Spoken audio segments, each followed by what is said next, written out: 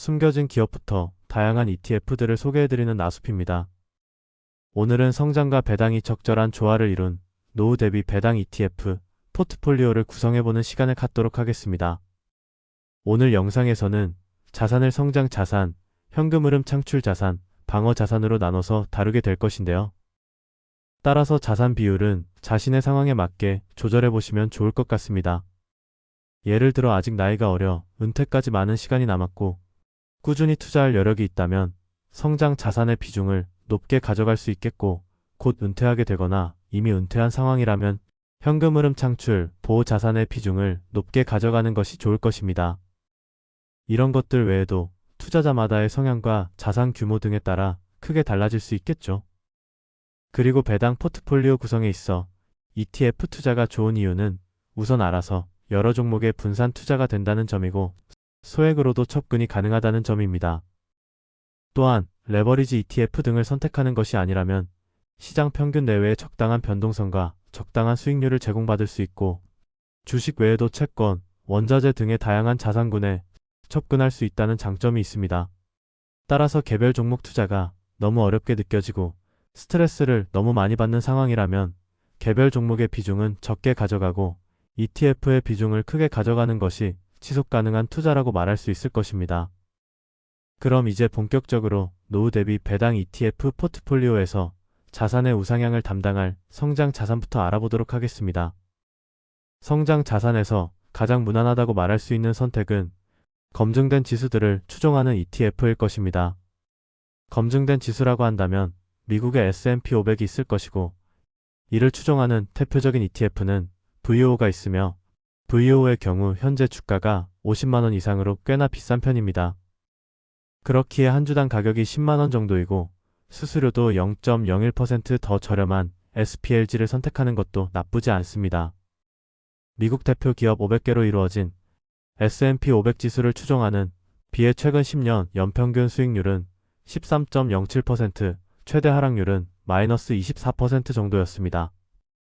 다음으로 S&P 500보다 변동성은 더 크지만 그만큼 수익률도 높았던 나스닥 100 지수를 보겠습니다.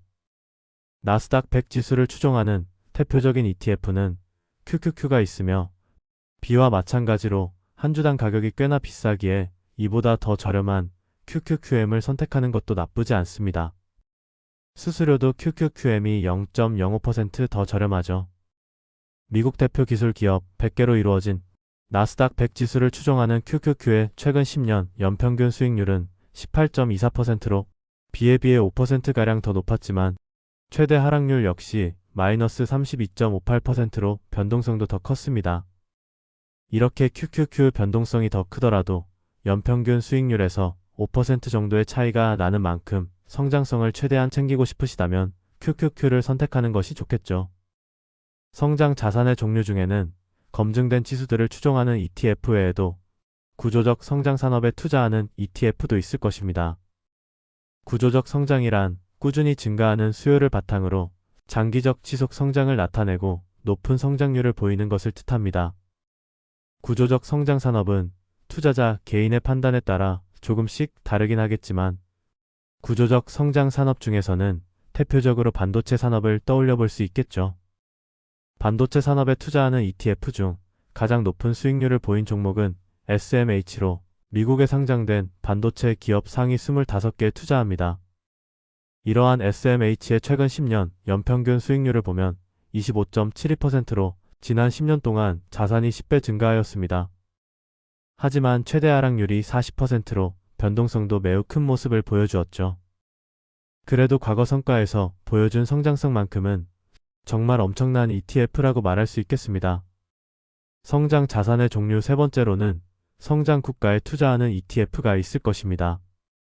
대표적으로는 인도 주식시장에 투자하는 ETF가 있을 텐데, 인도 소비재 기업에 집중 투자하는 INCO와 인도 대표 기업들에 골고루 투자하는 INDA가 정도가 있습니다. 하지만 INCO와 INDA의 최근 10년 성과를 보면 수익률과 안정성 모두 S&P 500에 비해 떨어지는 모습을 보였는데요. 사실 미국 주식시장보다 상승세가 가파른 다른 국가의 주식시장을 찾아보기가 힘들긴 합니다. 따라서 다른 국가에 투자하는 것은 성장 자산으로 접근하는 것보다는 자산 분산 차원에서 접근하는 것이 좀 더 맞겠다는 생각이 드네요. 성장 자산의 종류, 마지막 네 번째로는 배당 성장 ETF를 생각해 볼 수 있습니다. 시간이 지날수록 주가와 배당금이 가파르게 증가하는 배당 성장 ETF는 장기적인 배당금 증가에 매우 긍정적인 영향을 줄 수밖에 없는데요. 대표적인 배당 성장 ETF로는 슈드로 불리는 SCHD가 있습니다. 미국의 배당 주식 100개에 투자하는 SCHD의 최근 10년 연평균 수익률은 10.93%, 최대 하락률은 마이너스 21.54%로 S&P 500에 비해 저조한 성과를 내긴 했지만 SCHD의 배당금은 상장 이후 연평균 10% 내외로 증가하였으며 최근 10년 동안 단 한 번의 역성장도 없이 꾸준한 성장 추세를 달리고 있습니다. 그럼 이제 노후 생활에 있어 든든한 생활비를 제공해줄 현금흐름 창출 자산에 대해서 알아보도록 하겠습니다. 현금흐름 창출 자산 중 배당률 10% 내외의 ETF로는 우선 S&P 500 지수의 커버드콜 전략을 활용하는 GPIX와 나스닥 100 지수의 커버드콜 전략을 활용하는 GPIQ 정도가 있을 텐데요. 두 가지 ETF 모두 주가와 배당금이 우상향 추세에 있고 매달 거의 일관된 배당금을 지급하기에 배당 변동성도 매우 낮은 편입니다. GPIX의 현재 연간 배당률은 8.06%, GPIQ는 9.92%로 10%에 조금 못 미치는 연간 배당률이 제공되고 있고 각각의 배당 지급 내역을 보시다시피 매우 안정적인 배당 흐름을 보이고 있습니다. 참고로 해당 ETF들의 배당 기준일과 배당 지급일은 모두 매달 초입니다. 해당 ETF들의 최근 1년 총수익률을 보면 GPIX는 V 대비 약 4.5% 더 저조한 성과를 냈고 GPIQ도 QQQ 대비 약 4.5% 더 저조한 성과를 냈습니다. 이처럼 GPIX와 GPIQ는 수익률을 온전히 따라가지는 못하지만 배당금을 재투자한다면 거의 비슷한 성과를 내고 있고 연간 10% 내외의 배당률과 월배당을 바탕으로 현금 흐름을 창출할 수 있다는 장점이 있습니다. 다음으로 현금 흐름 창출 자산 중 배당률 20%에서 30% 내외의 월배당 ETF로는 거래대금 상위 15개의 기술주에 커버드콜 전략으로 투자하는 FEPI와 AI 관련 주식 상위 25개의 커버드콜 전략으로 투자하는 AIPI가 있습니다. FEPI의 경우 연간 배당률이 25%에 맞춰지도록 매달 배당금이 지급되며 AIPI의 경우 연간 배당률이 35%에 맞춰지도록 매달 배당금이 지급되는데요. 그렇기에 주가가 상승하게 되면 비례적으로 배당금이 늘어나고 주가가 하락하게 되면 배당금도 감소하게 됩니다. 물론 두 ETF 모두 아직까지는 큰 변동성을 보이지 않고 있습니다. 참고로 해당 ETF들의 배당 기준일과 배당 지급일은 모두 매달 말입니다. 그리고 FEPI는 최근 6개월 동안 2.51% 총수익률을 기록하였고 AIPI는 8.43%의 총수익률을 기록하였으며 FEPI의 최근 1년 총수익률은 19.78% 정도가 나왔습니다. 여기서 AIPI의 경우 아직 상장한 지 1년이 되지 않았기에 최근 1년 총수익률은 확인해 볼 수 없습니다. 현금 흐름 창출 자산 마지막 세 번째로는 주배당 ETF가 있습니다. 대표적으로는 라운드힐의 QDT와 XDT가 있고 일트맥스의 YMAX와 YMAG가 있는데요. 배당 주기를 월배당보다 더 단축하길 원하시는 분들에게 해당 ETF들이 적합할 수 있습니다. 네 가지 ETF의 상장 이후 배당 지급 내역과 연간 배당률을 보면 모두 기본적으로 배당 변동성이 매우 큰 편이기에 정확한 배당률을 예상하기보다는 어느 정도의 배당률이 나오는지 정도로만 확인하시면 좋을 것 같습니다. 다음으로 최근 6개월 총수익률을 비교해보면 모두 10% 정도로 비슷한 성과를 냈는데요. QDT와 XDT는 각각 나스닥 100, S&P 500의 옵션을 거래하고 AX와 YMAG는 개별 종목에 대한 옵션을 거래하는 일트맥스 ETF들을 여러 개 담고 있는 종목입니다. 마지막으로 방어 자산을 보도록 하겠습니다. 방어 자산은 자산 분산을 위한 것이라고 봐도 되는데요. 자산 분산 차원에서는 기본적으로 채권이 가장 유명하고 리츠, 헬스케어, 유틸리티 등과 같은 섹터도 투자에 있어 많이 놓치는 부분이기에 ETF나 CEF를 활용하여 투자하는 것도 나쁘지 않습니다.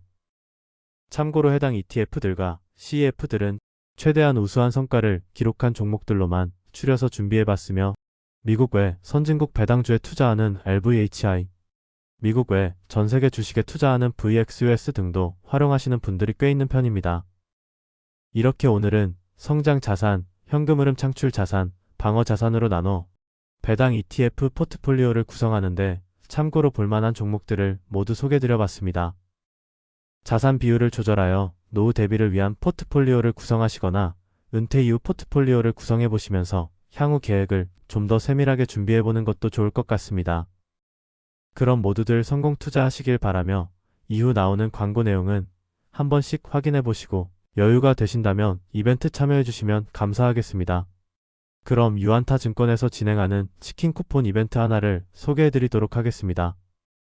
유안타증권 신규 고객의 경우 계좌 개설 후 국내 주식을 50만원 사고 50만원 팔아 총 100만원을 거래할 경우 치킨 쿠폰을 100% 지급하고 있으니 많이들 받아가시면 좋을 것 같습니다.